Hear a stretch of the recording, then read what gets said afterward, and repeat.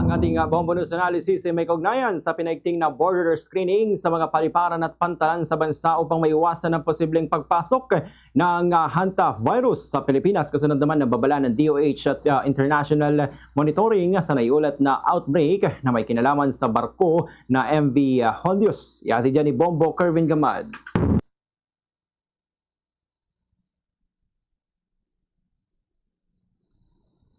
Pinaigting ngayon ng mga otoridad sa paliparan at pantalan sa bansa ang border screening bilang hakbang upang maiwasan ang posibleng pagpasok ng hantavirus sa Pilipinas.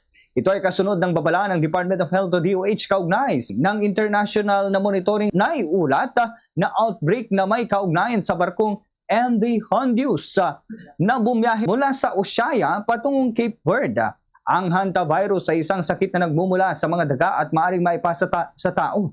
Kabilang sa mga sintomas nito ang lagnat, pagkapagod at pananakit ng kalamnan. At itinuturing itong seryosong banta sa kalusugan kung hindi maagapan.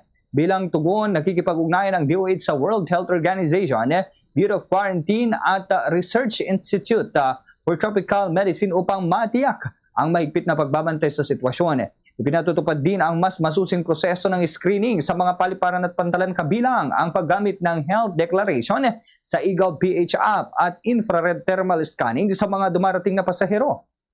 Ang mga individual na may travel history sa mga apektadong lugar o may sintomas ay sinasailalim sa karagdagang pagsusuri at maaring dalhin sa isolation facilities at DOH hospital para sa monitoring at gamutan.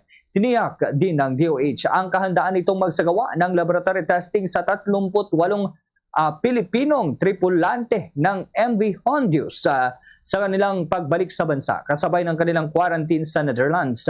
Sa kabila ng mga hakbang na ito, mahalagang tandaan na wala pang naitatalang kaso ng hantavirus sa Pilipinas sa taong 2026. Gayunman, paalala ito na ang maagang pag-iingat at koordinasyon ng mga ahensya ay mahalaga upang maiwasan ang pagpasok ng mga emerging health threats sa bansa.